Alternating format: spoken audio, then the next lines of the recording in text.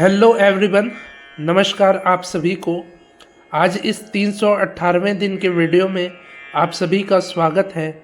आइए कुछ महत्वपूर्ण प्रश्नों को देखते हैं जो आने वाली संगीत की प्रतियोगी परीक्षाओं में ये प्रश्न पूछे जा सकते हैं, इसलिए आप इस वीडियो को पूरा ज़रूर देखिए। ठीक है, तो आइए आज का पहला प्रश्न देखते हैं।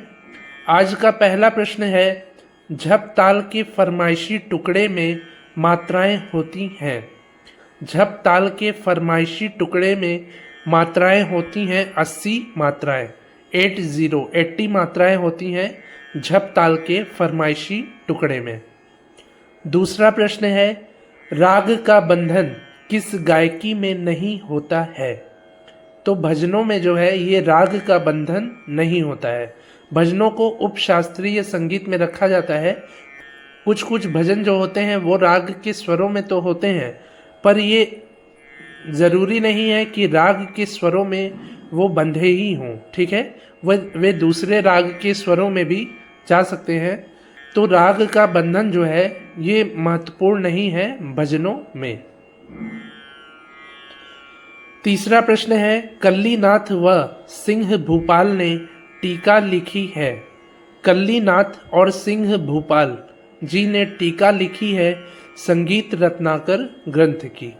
संगीत रत्नाकर ग्रंथ के लेखक हैं शारंग देव जी, और इसकी जो टीका है इसको लिखा है कल्लीनाथ और सिंह भूपाल जी ने। चौथा प्रश्न है, धमार ताल में गाया जाता है। धमार ताल के साथ धमार गायन शैली को गाया जाता है। धमार एक गायन शैली है, उसको धमार ताल में गाया जाता है। पांचवा प्रश्न है, किस राग की प्रकृति गंभीर होते हुए भी मधुर है। तो यमन राग जो है इसकी प्रकृति गंभीर है पर मधुर है। ठीक है, ये बहुत ही मधुर राग है, प्रचलित राग है यमन राग। छठवां प्रश्न है, तबला वादन के क्षेत्र में वह रचना कौन सी है जिसकी गणना तबले के महत्वपूर्ण बोलों में होती है। तो वह रचना है कायदा। कायदा ऐसी रचना है जिसकी जो गणना है ये तबले के महत्वपूर्ण बोलों में की जाती है, यानी कि कायदा जो बजाया जाता है ये तबले के महत्वपूर्ण बोलों में शामिल है। सातवां प्रश्न है, किस वादन शैली में रेले का विस्तार रॉ के रूप में हुआ है। फर्रुखाबाद बाज में जो है ये वादन शैली ऐसी वादन शैली है जिसमें रेले का विस्तार जो है रॉ के रूप में किया गया है, फर्रुखाबाद बाज में। आठवां प्रश्न है, ध्रुपद समारोह आयोजित किया जाता है। ध्रुपद समारोह आयोजित किया जाता है वाराणसी में।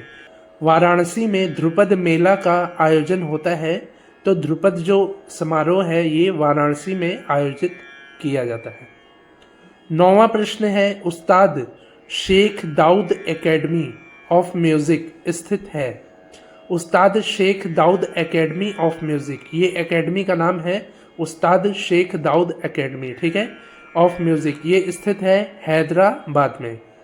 हैदराबाद में Ustad Sheikh Daud academy of music स्थित है। 10वां प्रश्न है, शहनाई से मिलता जुलता दक्षिण भारतीय वाद्य है। शहनाई उत्तर भारत का वाद्य है और इससे मिलता जुलता दक्षिण भारतीय कर्नाटक संगीत का वाद्य है नादस्वरम। नादस्वरम जो है ये दक्षिण भारत का वाद्य है और शहनाई उत्तर भारत का वाद्य है। ये दोनों आपस में मिलते जुलते वाद्य हैं। 11वां प्रश्न है, झूमरा ताल का छंद किस जाति का है। झूमरा ताल का छंद जो है ये मिश्र जाति का है। झूमरा ताल के जो छंद हैं, जो बोल हैं, ये मिश्र जाति में आते हैं। 12वां प्रश्न है, संगीत की विशिष्ट सेवाओं के लिए संगीतज्ञों को मध्य प्रदेश शासन द्वारा कौन सा सम्मान दिया जाता है। तो संगीत की विशिष्ट सेवाओं के लिए संगीतज्ञों को मध्य प्रदेश शासन द्वारा सम्मान प्रदान किया जाता है तानसेन सम्मान। तानसेन सम्मान दिया जाता है मध्य प्रदेश शासन के द्वारा विशिष्ट संगीत की सेवाओं के लिए। 13वां प्रश्न है, देशी संगीत का सर्वप्रथम उल्लेख मिलता है। देशी संगीत का सर्वप्रथम उल्लेख मिलता है बृहदेशी ग्रंथ में। बृहदेशी ग्रंथ में देशी संगीत का सर्वप्रथम उल्लेख मिलता है। 14वां प्रश्न है, उस्ताद अलादिया खां ने किस राग का प्रचार किया था। उस्ताद अलादिया खां, या इनको अलादिया खां भी कहते हैं, उस्ताद अलादिया खां ने प्रचार किया था मारू बिहाग राग का।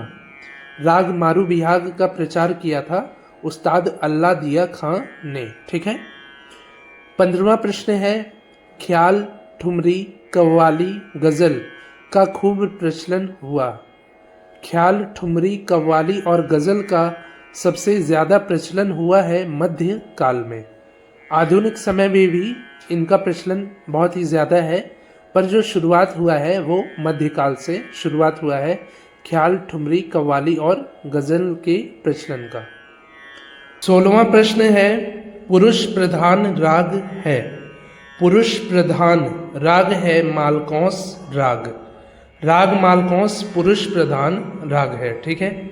17वां प्रश्न है, झाला मराठी शब्द है जिसका अर्थ है। झाला एक मराठी शब्द है जिसका अर्थ है पूर्ण होना। पूर्ण होने से इसका मतलब है झाला का, जो कि ये मराठी शब्द है। ठीक है। 18वां प्रश्न है, राग मियाँ मल्हार को किसने प्रचलित किया। राग मियाँ मल्हार को प्रचलित किया है मियाँ तानसेन जी ने। तानसेन जी ने मियाँ मल्हार राग को प्रचलित किया है। 19वां प्रश्न है, किस वादन शैली को किनार के बाज या चांटी के बाज के नाम से जाना जाता है। तो दिल्ली बाज को किनार के बाज या चांटी के बाज के नाम से जाना जाता है। 20वां प्रश्न है, राग दुर्गा की जाति है। राग दुर्गा की जाति है औड़व औड़व जाति, यानी कि आरोह में 5 और अवरोह में 5 स्वरों का यूज होता है राग दुर्गा में। ठीक है। तो ये हो गए आज के 20 महत्वपूर्ण प्रश्न। उम्मीद है आपको ये सभी प्रश्न अच्छे से समझ में आ रहे होंगे। यदि नहीं समझ में आ रहे हों तो आप कमेंट में पूछ सकते हैं, और यदि आप 1-2 बार इन वीडियोस को अच्छे से ध्यान से देखेंगे तो आपको ये वीडियोस अवश्य ही समझ में आएंगे। आज ये मैंने 318वें दिन का वीडियो बनाया है। इसके पहले की 317 वीडियोस के प्लेलिस्ट का लिंक नीचे डिस्क्रिप्शन में है। यदि आपने अभी तक उन महत्वपूर्ण वीडियोस को नहीं देखा है तो अवश्य ही देख लीजिए। ठीक है। तो मिलते हैं ऐसे ही अगले नए वीडियो में। तब तक के लिए नमस्कार, धन्यवाद।